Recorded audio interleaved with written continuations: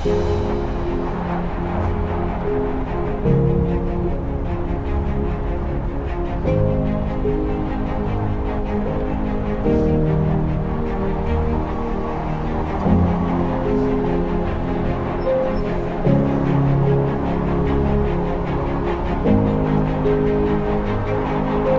we go, landing gear now coming out.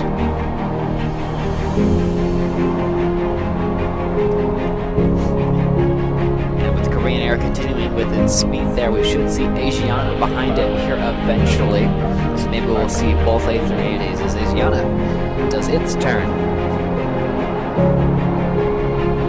So stay with us, guys. If you guys are enjoying the content, be sure to hit the like button and subscribe for more content like this. Guys, don't want to miss content like this.